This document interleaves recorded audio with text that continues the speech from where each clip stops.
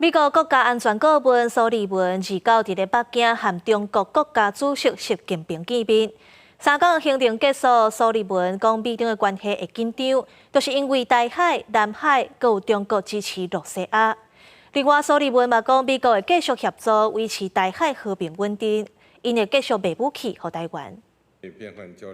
访问中国第3日，北京国家安全顾问苏利文29和中国国家主席习近平见面。针对美中关系，习近平强调中美若要来往，得建立正确的战略阵地，嘛希望双方会当徛公平。苏利文转达美国总统拜登望最近会当赶紧进行对话，希望美方同中方相向而行，以积极理性的态度看待中国和中国发展。 视彼此的发展为机遇，而不是挑战。同中方一道找到两个大国正确的相互之道。The president sent me here for the first trip by a national security advisor in 8 years to follow up on this agenda and to maintain the high-level strategic communication that is essential for responsibly managing the relationship.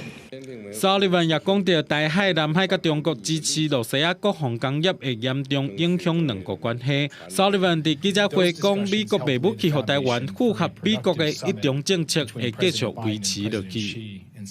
Our one China policy has not changed, and that policy has actually helped contribute to maintaining peace and stability across the Taiwan Strait for decades, and we intend to keep it that way.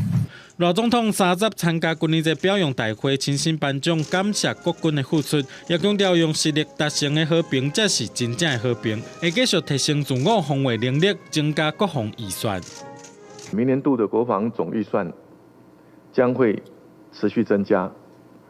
我们除了要持续强化不对称战力，也要让国军得到更好的训练、装备和照顾。 罗总统讲，台海和平稳定，全球才会当欢迎，会继续用死的坚持，让台海和平发展。记者综合报道。